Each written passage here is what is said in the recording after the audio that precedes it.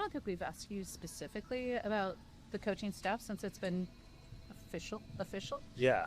But how do you kind of see the group as a whole and how people's different responsibilities might lie? Yeah. I don't know if variety or, a diverse group is the right way to say, but basically a nice blend of different backgrounds, different things that guys are known for as far as their specialty. Obviously different age, different versions of experience. I mean, experience doesn't have to be in the big leagues, but I think you certainly want to have some of that in your dugout. So a nice blend, in my opinion. And the biggest thing is I think there's a lot of guys in the group that have something to prove, whether it's their first chance at something, maybe it's a second chance at something, maybe it's their last chance at doing something. So I think that's a theme that should serve us well because, you want to have a hungry group, and I think there's a sense of motivation underlying each individual's own story. Why did Hector the choice? There's a lot of pressure on it, their base coach.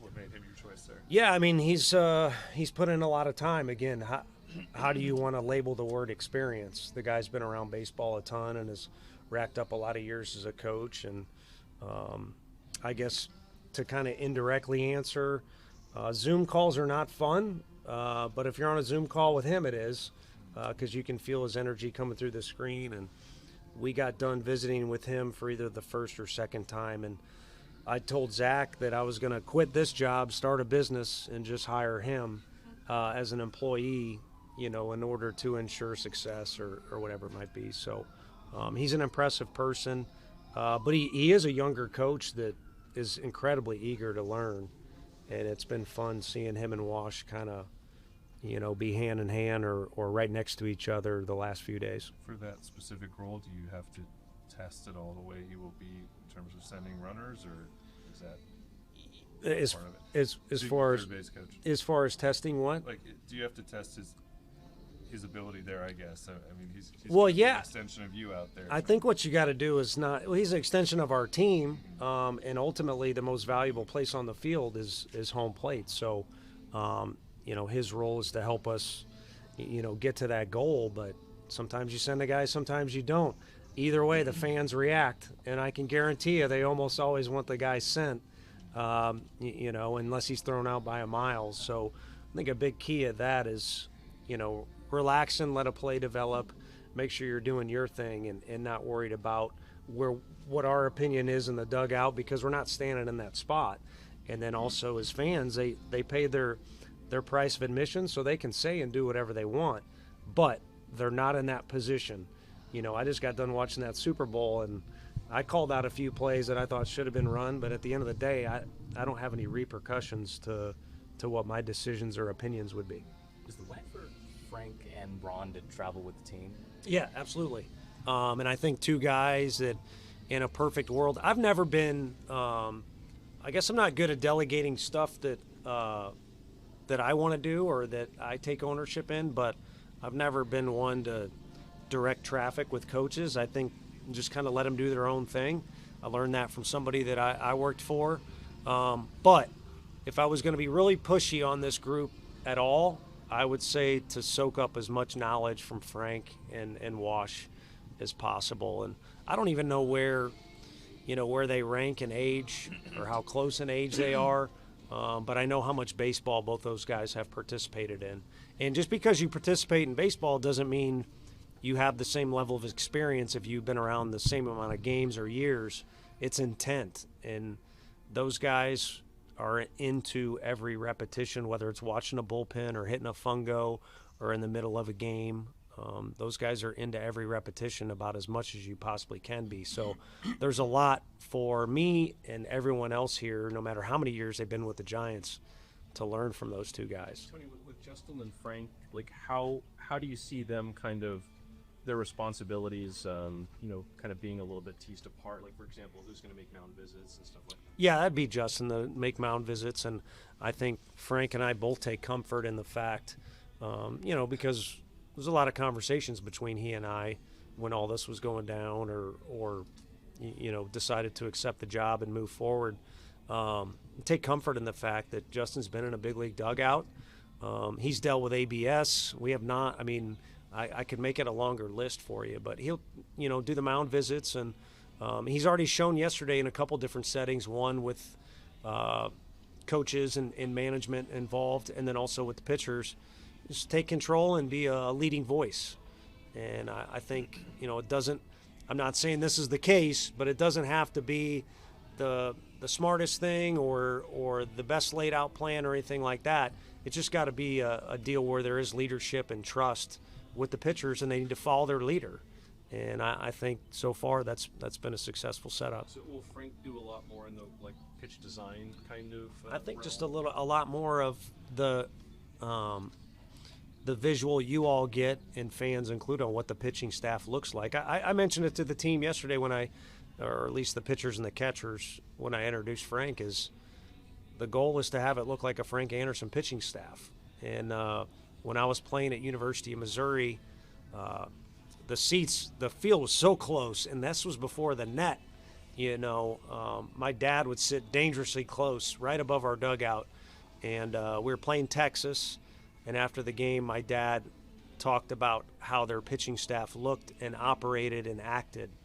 And so when I got a pitching coach job at a weird age as a non-pitcher, I remembered my dad saying that and studied Frank, and we kind of had our own version of that, at Missouri there for a little bit, and then at Tennessee, he's fortunate enough to be in the same dugout. So those traits and that look is ultimately what I want to bleed into this group of guys. What defines a Frank Anderson pitching staff? Yeah. Well, I think guys have always thrown strikes, for one thing. That's what everybody's trying to do, but he's had a unique ability to do that.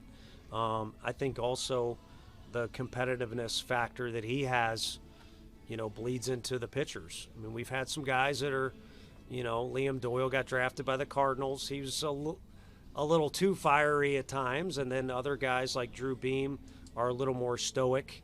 But for the most part, those guys have had a competitive edge to them that is unique and one you appreciate. I think it's one of the reasons the Tennessee fans fell in love with the baseball team is they could see the guy throwing the ball was literally putting his soul out there for you competition-wise. So, and I think he's always done a good job of keeping things simple as well. Majority of this coaching staff is new, but I think it's 4 holdovers from the last stat. Or was it review to have guys that kind of had the institutional knowledge, and especially for you as you're making this transition, trying to learn. Yeah. Such a large quantity of guys. No, I think crucial.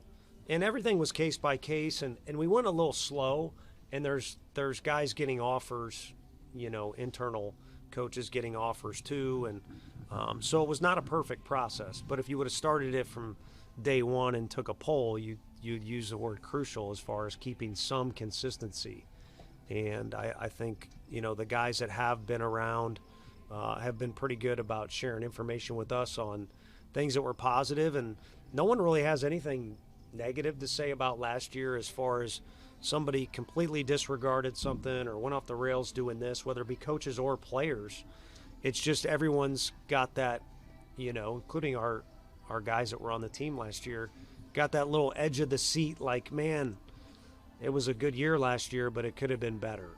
And so just looking to improve in any area possible to make the number 81, a little greater. With Wash, maybe this wouldn't be a consideration given maybe some of his health stuff last year, but he was such a great third base coach when he was a third base coach. Was there any consideration? Did you even broach that subject with him at all? He was great enough to even be in a movie doing that deal, at least when they showed a few old clips, and he was bouncing around like crazy in there. But I think that time has passed for him, and, in a roundabout way, those conversations were had, but ultimately it was never really a consideration. It was about, one of y'all needs to elbow me if honesty gets me in trouble. I don't think in this case it does, but I know who I am. I've got a decent sense of it, and we needed somebody in the dugout that can be the seen it all, done it all guy, and that at the core. And there's a lot of other benefits that come from having Wash around, but that was step one, or the most crucial thing. Can he be a resource for Hector? Yeah, no question. And so can Woe. And I think Hector can be a resource for Wash too, as far as bouncing around, hitting fungos to the guys, and doing some things with him. So, like I said, the last 4 days or however many it's been, I think I've lost track. I'm just glad I'm not on planes anymore. It's been cool to see those guys work hand in hand. You talk about fans like seeing guys score. In general, I mean, this may be a hard question to answer, but do you want your third base coach to lean towards being aggressive? Yeah, I think you'd rather err on the side of being aggressive and then pull back as opposed to tiptoeing around and not knowing. So, but I think a big thing is, as far as my concern, is take ownership of that. The first base side is what we're on right now. Coaching the infielders, you're down in the bullpen, Jesse. Just take ownership of your deal, and I think in order to have the best team possible, we're all just going to have to trust each other to do as good of a job as we can do. If you're prepared and you're into it, you're competing at the time, then I think I can go to bed at night and rest my head. I'm not a good sleeper, but and have peace with that, as long as we're all helping each other. But there ain't going to be a perfect.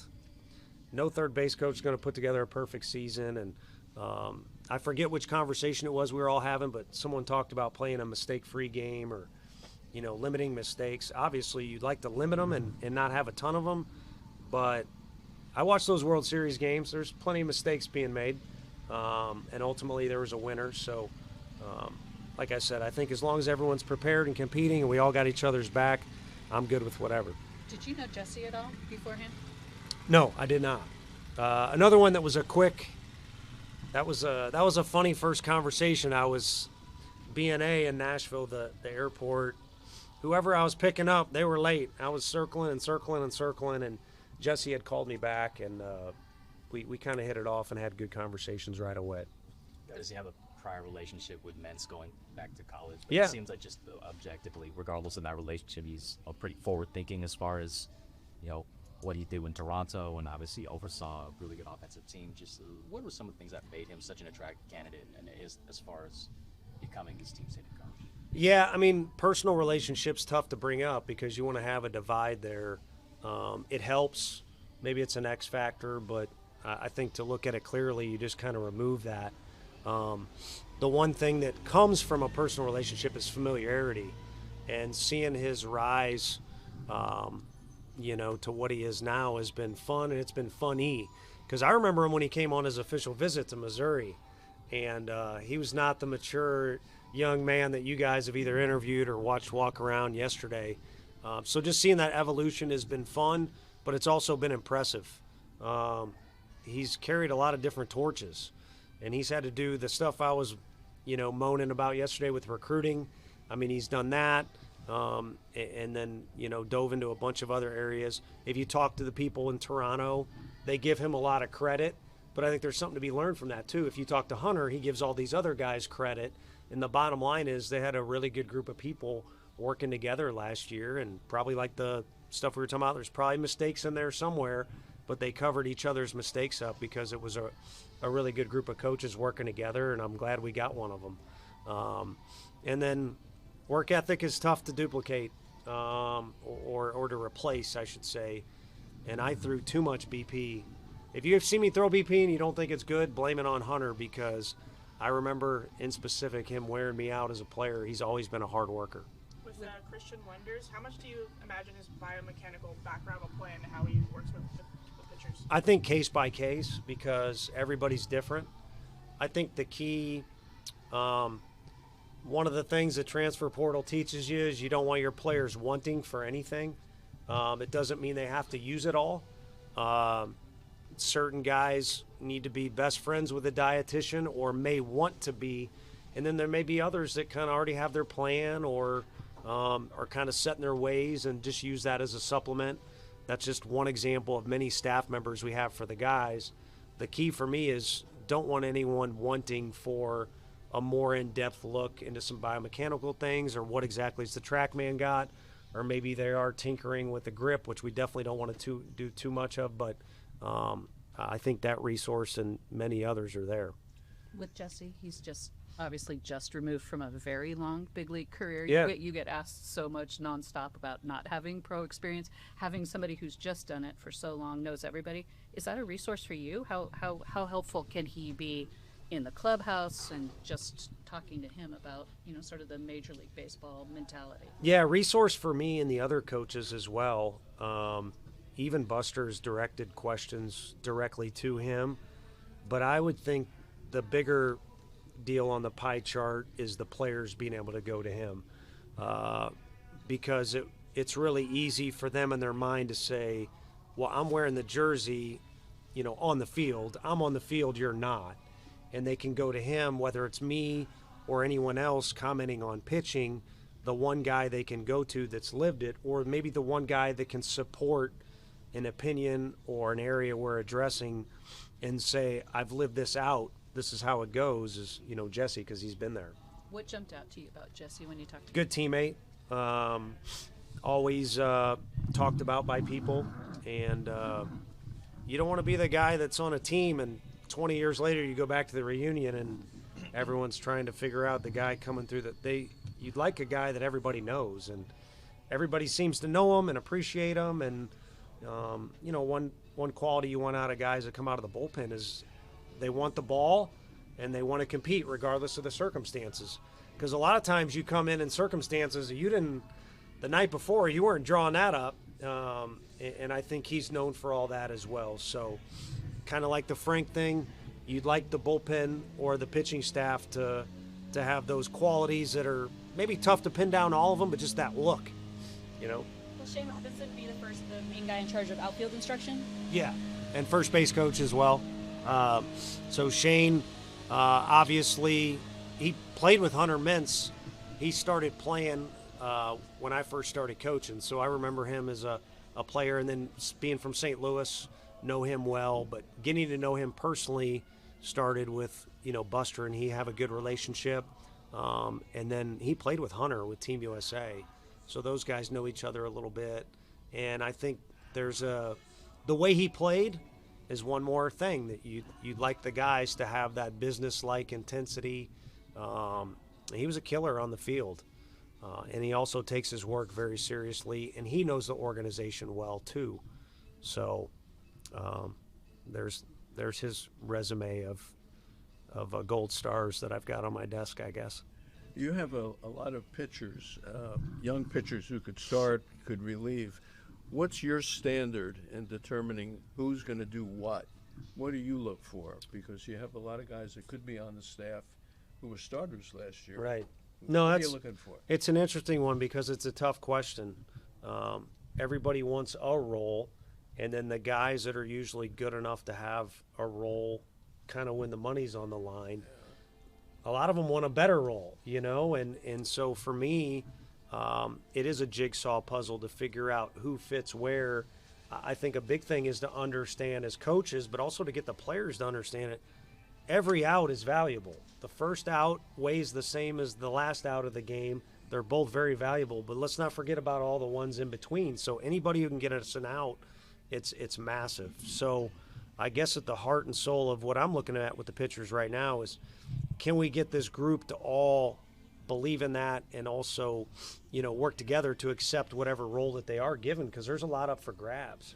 But what I think is important for a starter is you got to be able to go through the lineup multiple times, which means you got to have some consistent things you can do. The other team knows you're going to do them, but you do them well enough that, maybe they can't beat you. It's kind of like Vince Lombardi's team. Everybody knew what plays the Packers were going to run, but they ran them well enough that not everybody or barely anybody could stop them. How are you to sort of non-traditional pitching roles, whether it be using openers or piggybacking, starters and taking down chunks of games and stuff like that? Yeah, Chris Stamos, who's from, technically Northern California or from California, is the greatest University of Tennessee opener of all time. We used him as an opener in the national championship game 1. We were able to win a championship that year doing that. But I think if you got your druthers, you'd have, the big boy, Liam Doyle or somebody like that on Friday night taking the ball and going 8 or 9 innings. So it's about personnel, in my opinion. I'm good with whatever. Just would like to win the game. I think a big part of the deal is, are the pitchers good with whatever? Because, again, you watch just this year's past playoffs or the last few years of baseball, there's a lot of trends that are being bucked and unique things happening. And step one is you got to want the ball. If you don't want it, it's probably not going to go very well. So Tony, what do you consider the number one strength of this team? That's a good question. I think my first instinct is the organization. There's a tradition that's unique here, a fan base that's a catalyst to the team having success. I can't imagine going to a big league ballpark and being unhappy, but when you go to the ballpark that we play in, it's about as good of a setting as you'll ever find. So there's a skeleton or a backbone to that skeleton that I think is unique, with just the organization, the tradition, the fans, and also the people that have had success here still a part of it. I mean, we got Rags around the facility the next couple weeks. Buster Posey is in the facility every day.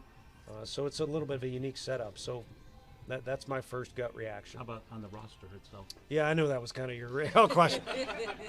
But it's early. You don't want to give anybody too much credit. But I think the leadership that's available on the mound and in the field, Willie and Chappie, I think, have an equal voice, but yet different ones, and have the ability to relate to players, that are familiar with them and their backgrounds. And then, with Webby and Robbie, you got a unique deal there, righty and a lefty. I don't know if they agree with this, but I think they're very, very different in who they are and as personalities, both equally strong. And they've got years built up in this thing, and they know how to handle their business. And I think that leadership on both sides of the ball is important. Web opening day? More than likely. I was cautioned, by Jace Tingler that you guys were going to ask me about that nonstop. I like competition. I'll always defer to that. And, I think you got to earn, especially college teams we talked about. If you want to go to Omaha, you got to earn it every day. Yeah. So that's my background. But I think everybody knows how good of a leader Webby is, and also how reliable he is on the mound. Yankees, prime network, Webb, seems to fit. Yeah, it's the thing, right? We got, is Prime the name of their whatever it is. Netflix, whatever it is. Yeah. Oh, Amazon Prime? Is that what you're? Yeah, whatever it is. I don't subscribe. I don't know how you get on there. I just steal passwords from my family. You got any Hulu or? That's fine. Yeah. Or you just stick to the base phone. I'll show it to you. Okay. Yeah. You're wiser than I am with all that stuff. So let me ask you this: of the young pitchers, you've seen them since January a little bit throwing. Who's stood out to you? An easy answer is Blade Tidwell, because I'm most familiar with him. He was at our place in Tennessee. But Birdsong and Wisenhunt are two guys that were consistent names. I knew who they were because they were college pitchers as well. But those are two guys that are, fighting for innings like crazy. And they're both guys with a lot of ability, but ability only gets you so far. You got to know how to handle your business like Robbie Ray or Webby. And I think both those guys are literally maturing day to day. I mean, you could see a couple differences in those guys from mid-January till now. So it's fun to watch that evolution. And I'm sure there's others too, but those two guys stick out to your question. Kind of piggybacking off of John's question, which of the team's units do you feel like might be the biggest strength or one of the biggest strength? And is there one that maybe is something where you feel like maybe you guys need to pick things up a little bit? That's a very in-depth question for things being early. I could go super easy and say our catcher's done a pretty dang good job the last few years. So, and I trust the depth that's there too, behind home plate. But also I would defer to, with OB and Hunter, and the off season that we had. The lineup is something that excites me. Who's going to have the strongest season or lead the team or carry the team that day? I'm not smart enough to figure that out yet. But also, I think if we're really going to be a good team, there's got to be some variance in there. I think last year there were times in the year where one group was doing really well, pitchers might be throwing well, but the outfield defense needed to be better. In days where the pitching started to slide or a couple guys were missing from, availability, the guys are swinging the bat well, but it's not a run, prevention group that did their job. So you mentioned the catching depth. What are your impressions of this group you got in camp, and what are going to be some of your criteria when you look for kind of a good complement for Patrick? I think you got to be able to have rapport with a lot of different people. I don't know, this technology thing will be interesting, but I think you still got to have rapport with the umpire. You got to prevent the guy from getting hit at the very least, but also rapport with the coaches. There's so many people in your ear during the game and trying to execute things. And then probably the most important relationship is the one with the pitcher too. And I've coached guys before where you're sizing them up during the fall when we're getting a first look at guys, and he's not your favorite behind closed doors or on the dry erase board, but you start talking to the players, and that's who they trust, and they value leadership and kind of that stuff that you can't put analytics to. So that for me is number one. So but then more than like the bat, or what you can do with the bat off the bench, or the fact Patrick's a switch hitter, but maybe he's a little better from the left side, or having a right-handed complement. Yeah, I mean, I think in a perfect world that stuff makes sense, but I would put number one on my, if we're playing the Family Feud, number one for me is that rapport. You got to like going into battle with the guy. So, and, Hall of Fame, I'll do some brown nosing. Hall of Fame, ballot opens up. You could take away a lot of Buster's offensive numbers if you wanted to, and even defensive numbers, and maybe just go to some of those pitchers and ask, what do you think was a key to your career? A lot of those guys will admit they threw better because of the guy they were throwing to. And then the locker room, was probably the locker room for a lot of reasons, but a big one was the guy that everyone's looking at, that's in the field and in the dugout too. At some point you watch that pitch go to home plate, everyone's staring at that guy, was somebody that, affected everybody in a positive way. I was chit-chatting with Michael Fulmer this morning, and he mentioned that he's one of the many people you've recruited. What do you remember about him from back then, and what are your thoughts on him being in camp? Particularly, as you mentioned yesterday, there's, some competition in the bullpen. I would say with Valentine's Day right around the corner, he broke my heart. There was so much to like there. His slider was vicious, but just his demeanor and his presence in general, and he had a really skilled player that was on his team too, so followed that team around like a little puppy dog for a while.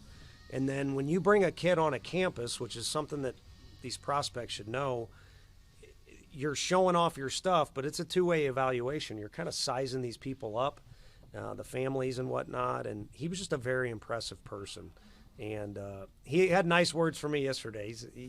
He said we had a good relationship. He just wanted to go in another direction, and I don't blame him. I coached at Arkansas. It was a pretty good spot. But it's amazing how many guys, it's been a 20-year gap or whatever, and now we're, hooked up on the same team. So I'm looking forward to being around him. Great dude. What about the fact that there's competition in the bullpen? He's got experience. He's a former Rookie of the Year.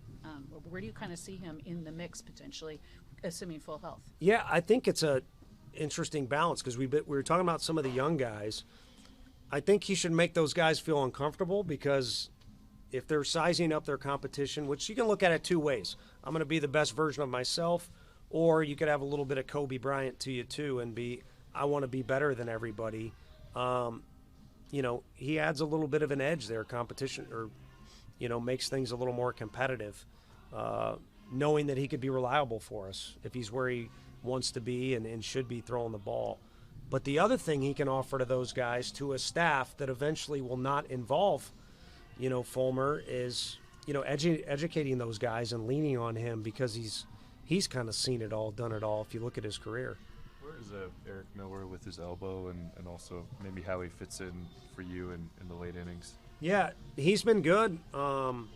He went to my high school, so there's a unique connection there. I've known him for a long time, and he was one of the last guys for me to meet because he's been in San Francisco the whole time.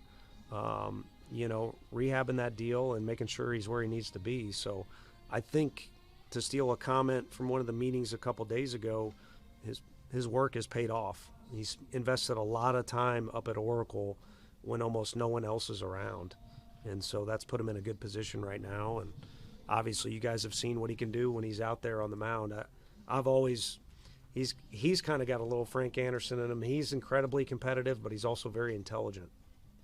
Maybe one more. Don't tell him I said he's intelligent, though.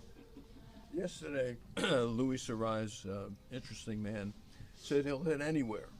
First, eighth, ninth, fifth, didn't matter. Have you thought about where you may want to hit him? Yeah, we talked about it a little bit yesterday, and I think getting some at-bats with this group, you could take each guy individually and say, where do I think he slots?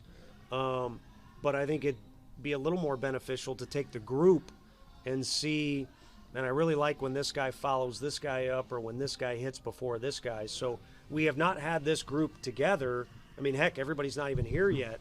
We've not had this group together and at least gotten a look visually. And like every other team, you want to rely on the data and the analytics a little bit, but just kind of what's that feel and what's that look like. But to have guys, that's kind of what I was getting at with the pitching. If you can get a group of guys that'll take the ball whenever, wherever, and then you kind of want your 9 guys you're going to lean on every day, and they're good with being wherever they're slotted in the lineup, you're off to a pretty good start. And hopefully, it'll be infectious. He's got that attitude. He wants to work. He wants to be good. He loves baseball. He wants to have fun every day, and he's willing to do whatever you ask of him.